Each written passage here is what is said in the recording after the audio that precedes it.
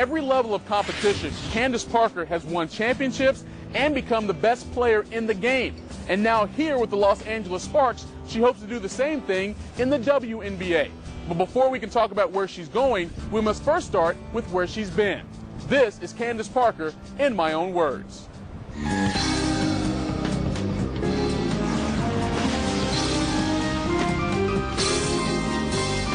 Naperville, Illinois, outside of Chicago. At that time when you were growing up, I know the Bulls were huge in Chicago. Is that where you developed your love for basketball, or did it start maybe even earlier than that?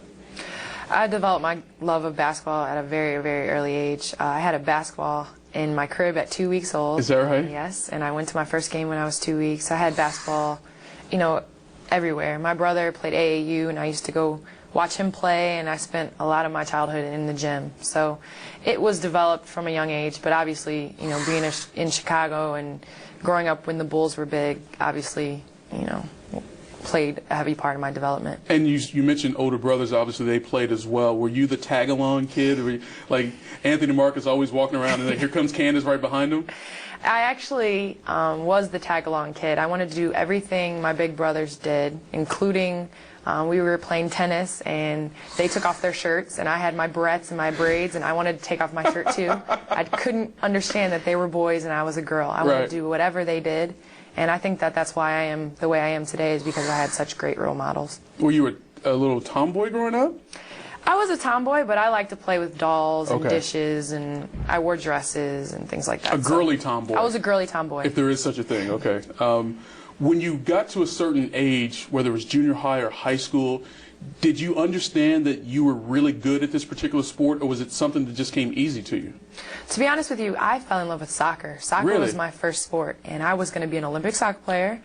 And then I went to the doctor, and they're like, your growth plates are still open. You're going to be at least 6'2". And I was like, my parents were like, you can't be a 6'2" forward. That's true. And in my head, I didn't get it until 7th grade is when I really finally understood that basketball was my passion, and I fell in love with the game. And once I fell in love with it, I just worked hard at it. I stayed after, shot with my father on weekends, and just ate, slept, played basketball all the time. In order for someone at that age to always work on their game, I would assume there's a competitive drive that you have within you, and obviously if you get to this level, there has to be one. Did that develop as well through your family, whether it's your father, your mom, your brothers? I mean, where did that drive come from to be so great? You know, we're a very, very competitive family. Whether it's Monopoly, whether it's who can get to the car faster, we're very, very competitive, and I think that that was just instilled in me from a very young age. Just being around my older brothers and playing competitive sports and being told that I can do anything, even if I am a girl. And I think that that's, you know, what's been big and just my growth is being told that and being a true competitor. Did your brothers drive you to excel as well? Because obviously I'm sure you played a lot of pickup games with them and against their friends as well. My brothers definitely have pushed me to be who I am. They don't take it easy on me. Yeah. You know, I've gotten busted lips, you know, scrapes, bruises. They don't take it easy on me because I'm a girl. And, you know, if I do, let's say, win in something, I know I really won, because they're not going to ever let me win. When did you realize that you were really good at what you do? Was there a time, was there like an epiphany? You said, you know what, I'm really good. I may be one of the best female basketball players in the country. I don't think that there was ever that, you know, realization, because I've always strived to be better. And, you know, one thing that my parents and my brothers have always told me is that you always have to continue to improve. You can never be satisfied, because then, you know, when you're sleeping, somebody else is out there working on their game. Right. And that's what I've just tried to do, is just not focus on the present, but focus on what's down the line, you know, what I want to improve. And we set the goal of getting better 20% each year in the off season. And so I just pride myself on just working hard and, you know, getting in the gym and never being satisfied. High school McDonald's All-American. Every school in the country would love for Candace Parker to come play for them, whether it was UConn, Tennessee, whomever. You go to Tennessee. What was it about Pat Summitt and that program that made you move from Naperville, Illinois, outside Chicago, to a relatively small town in Knoxville, Tennessee? Well, Pat Summitt is women's basketball. Obviously, she's been great to me in my 4 years at Tennessee, and I wouldn't have had it any other way. She's grown me as a basketball player, but most importantly as a person. And she's challenged me. She doesn't take it easy on me. And, you know, I mean, when I need to be kicked in the butt, she kicks me in the butt, and then when I need to be given a hug, she gives me a hug. And I think it was just important for me to have a great relationship with my coach, and she provided that. Seems like some of the things you just said about Pat Summitt would be some of the same things you'd say about members of your family. Do you look at her in that sort of way? She was a motherly figure in my life throughout my 4 years. You know, and she does have certain characteristics of my father and my mother in her. I feel like my father is the hardest on me. I can go out and score so many points and grab so many rebounds, and he'll be like, well, there's a stretch in that game where you could have, you know. So I see that in her, and I think that was what was so attractive, is that she was not going to just allow me to settle to be good. She wanted to push me to be great. I read something recently that she said about you, and I don't know if you've heard this quote or not, but Pat Summitt said, quote, Candace has the chance to be the greatest player in the women's game ever. She can end up changing the way we are perceived. For Pat Summitt to go out and say something like that, considering what she's done in the game, the players she's had in that program, I mean, that speaks volumes of what she thinks of you. Well, I feel like, you know, it means a lot, and it's a huge honor for me to have my coach tell me that, and I think it just gives me a greater drive to just go out there and, I guess, prove her right, and just continue to get better, because I feel one thing that she preaches is that you've never arrived. I mean, in this game, you never have arrived, and I think that that's what has allowed her to be so successful, is because she's constantly changing. She's constantly, you know, I mean, older coaches sometimes get stuck in their ways, and they won't, you know, change to the new generation. I mean, she's running game, in her recruitment of different types of athletes, and, I mean, just everything. She's changed with the game, and I think that's what's allowed her to be so successful. You win 2 championships in the NCAA tournament. You have all this success, National Player of the Year, Final Four MOP, all these things. Why did you think after 4 years it was time to go? Well, I think it's the way you look at it.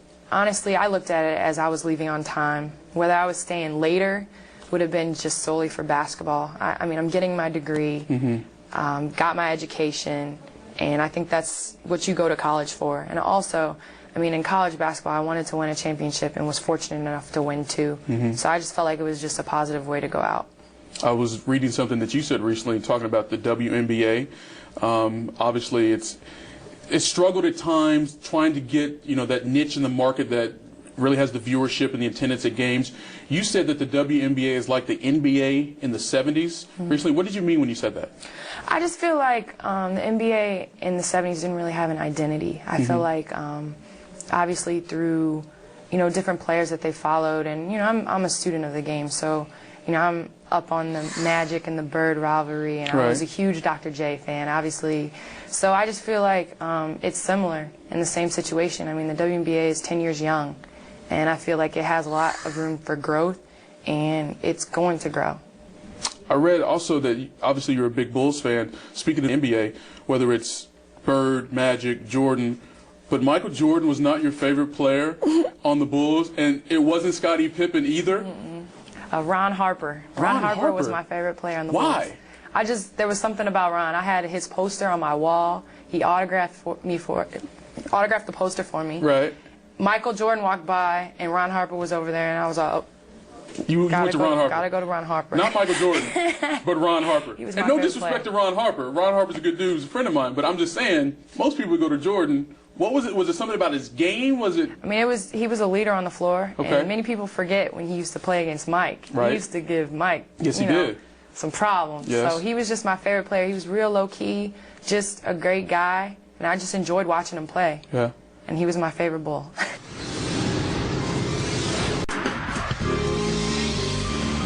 You know, speaking of Michael Jordan, when he came into the league at a time, Bird and Magic had elevated from the 70s, as you were saying. But at one point, there seemed to be a lot of pressure on Michael Jordan to take the game to a new level. I feel as if some people are saying the same things about Candace Parker when you're coming to the WNBA. Do you feel that pressure, and do you think you can make that type of impact on the game? I really try not to listen to what everybody's saying and their expectations and things like that. I can control what I do and how hard I work. And I feel like as a whole, our 2004 class coming into college basketball changed the face of women's college basketball. I mean, across the board, honestly. Sylvia Fowles, Tasha Humphrey, I mean, Alexis Hornbuckle, Mati Ajuan. So I feel like with us making the step to the WNBA, I mean, it can only go up and get better. There seems like you pay a lot of attention to other players in your sport. Do you pay attention to like what Candace Wiggins did the night before, you know, when she played against UCLA, or what Sylvia's doing against someone else? Are you that astute to the game where you're checking out what everyone else is doing? I feel like in a way. Yeah. I mean, you have to be aware of your surroundings. You have to know, you know, what your competition's doing. Obviously, I'm not going to base, you know, the way I play the next night on their outcome. I'm not going to come out and shoot 40 shots just because they. But I think you have to be aware of it. And I mean, I'm very proud of, you know, some of the players in my class and how they've played all year, and I feel like they're going to be nothing but, you know, successful players in the WNBA. So it's not a measuring stick what other players necessarily do. You don't try to go out and top their scoring performances the night before, but does it add to the drive that you have to get better when you see other players playing well?